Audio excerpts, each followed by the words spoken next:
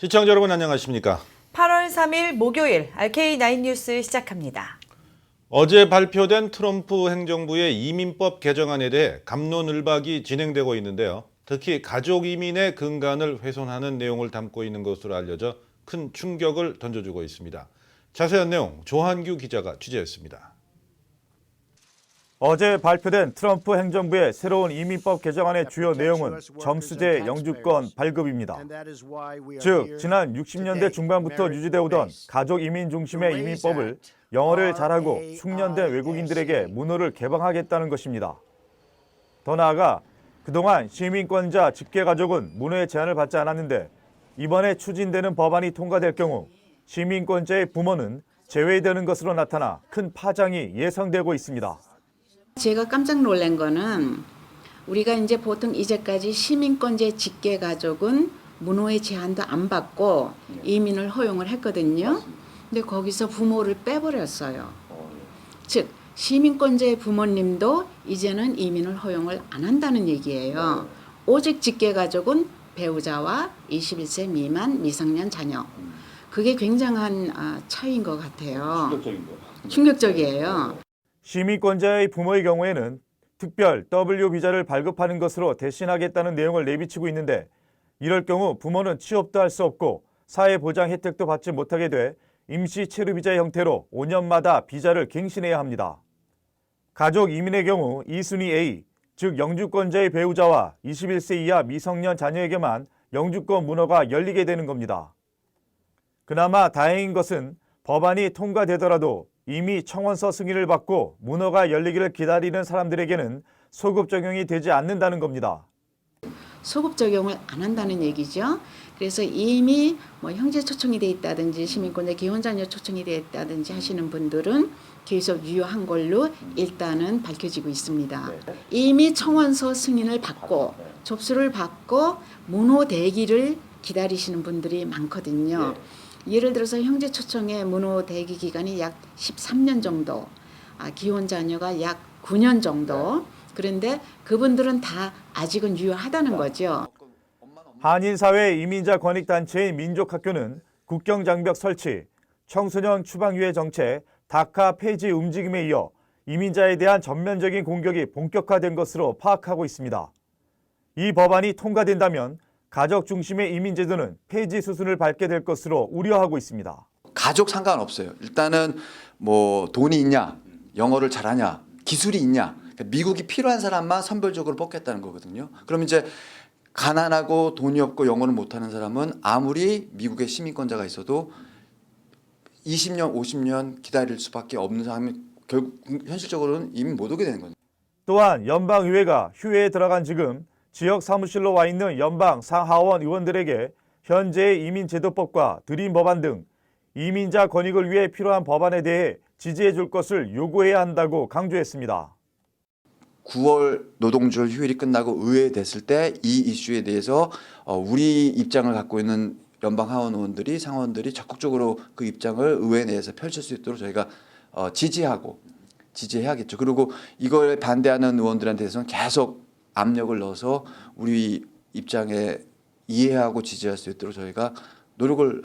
가족 이민에 대한 근간이 흔들릴 수 있다는 우려 속에 이민자 권익 대변 단체들은 이민자 커뮤니티와의 연대 속에 대응해 나가는 것이 중요한 시점이 되고 있다고 입을 모으고 있습니다. RKTV 뉴스 조한규입니다. LA 지역 주택 가격이 1년 사이에 눈에 띄게 상승한 것으로 나타났습니다. LA 한인타운을 포함한 미드 윌셔 지역은 18% 가까이 증가했고 LA 일부 지역 주택 가격은 무려 40% 이상 급상승하는 등 가파른 상승률을 보이고 있습니다. 이황 기자입니다. 한인타운을 포함한 LA 지역 주택 가격 상승률이 예사롭지 않습니다. 주택매물 서비스인 멀티플 리스팅 서비스가 발표한 2017년 2분기 LA 지역 주택거래 현황에 따르면 LA 한인타운을 포함한 미드윌셔 지역의 주택 평균 가격은 87만 4,500달러로 집계됐습니다. 이는 지난해 2분기와 비교해 13만 500달러, 18% 오른 가격으로 LA 지역에서 11번째로 높습니다. 판매된 매물 건수도 올해 2분기 20건으로 지난해 13건에 비해 7건 늘었습니다. 타운 인근 미드 LA 지역의 주택 평균 가격 역시 74만 달러로 지난해에 비해 10만 5천 달러, 17% 올랐습니다. LA 일부 지역 주택 평균 가격 상승률은 무려 40%를 웃돌았습니다.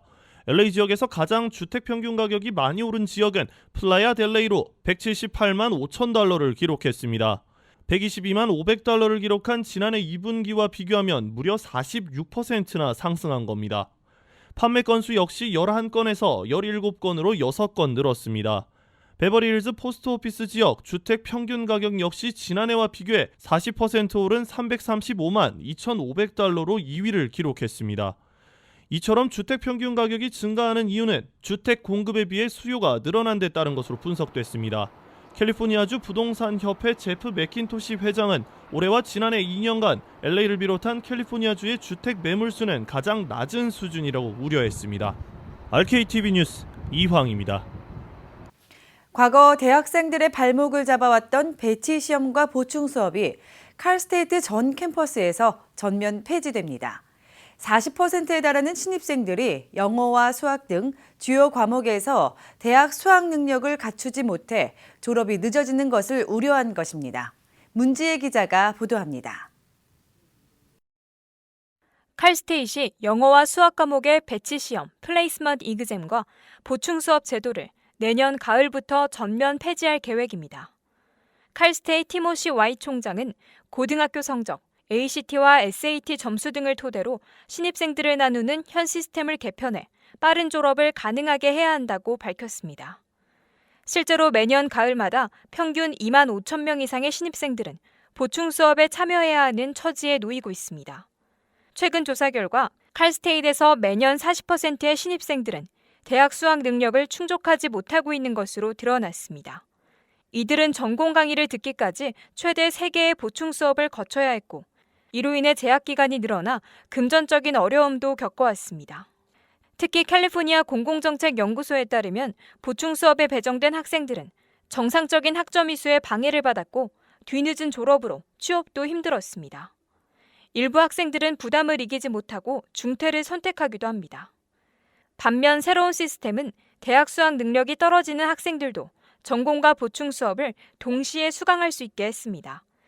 이에 따라 학생들은 졸업에 필요한 영어와 수학 크레딧을 좀 더 일찍 얻게 됩니다. 또 칼스테이트는 오는 2019년부터 대학 입학 전 부족한 과목을 집중 공부하는 얼리 스타트 프로그램을 23개 캠퍼스로 확대하기로 했습니다. 칼스테이트는 현재 19%에 불과한 4년 내 졸업률을 2025년까지 40%로 올리는 방안을 추진 중입니다. RKTV 뉴스 문지혜입니다.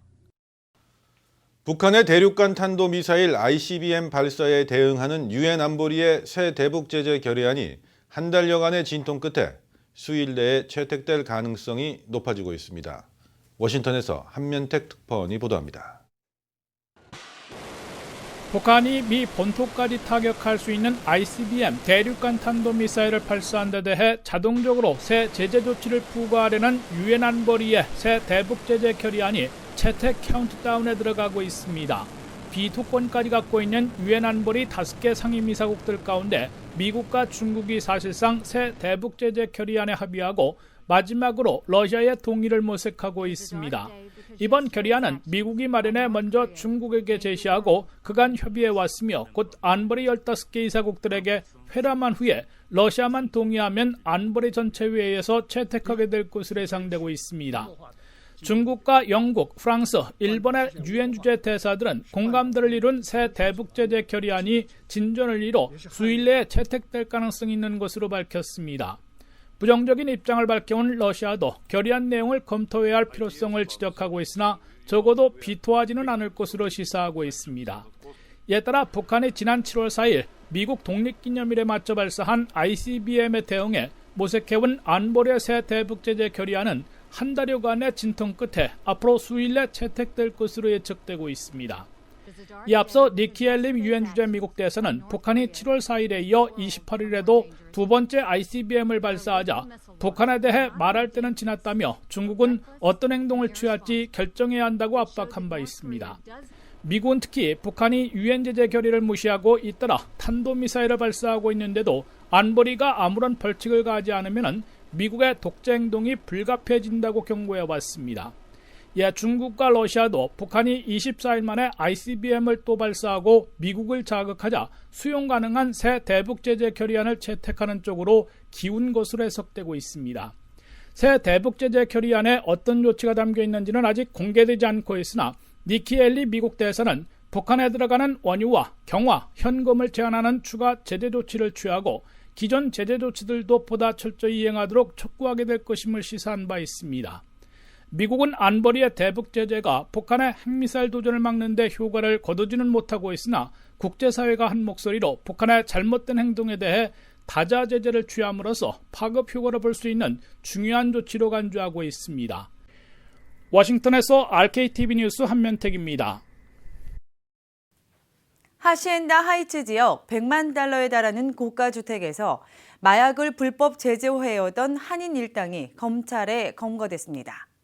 엘몬테 경찰에 따르면 지난 1일 저녁 6시 14720 호티컬처럴 드라이브에 위치한 주택을 급습해 올해 38살 된 데이빗 병킴 씨와 31살의 최명헌, 26살의 앤드류 은용 킴, 그리고 28살 된 에런 코뷰즈와 28살의 프랜시스 오캄포 등 5명을 체포했습니다. 이들 검거는 엘몬테 지역의 한 차량 딜러샵에서 도난당한 차량을 추적하다가 이뤄진 것입니다. 지난 주말 엘몬테 지역 롱 렉서스 딜러샵에서 렉서스 LS460 차량 도난 신고가 접수됐는데 다행히 이 차량에는 위치 추적기가 부착돼 있었습니다. 경찰은 추적기를 조회해 김 씨 일당이 머물던 하시엔다 하이츠 주소 저택지를 찾았습니다. 이후 경찰은 주소지 집을 방문해 조사를 요청했지만 김 씨가 이를 거부하자 수상한 낌새를 채고 즉시 특별수사팀을 꾸려 영장을 발부받았습니다. 이후 집안을 수색한 결과 4,300 스퀘어피트 크기의 저택에는 마치 전문적인 마약 공장처럼 화약기구들이 갖춰진 채 마리화나의 부탄가스를 이용해 액체 상태로 만든 농축액인 일명 허니 오일이 제조되고 있었습니다.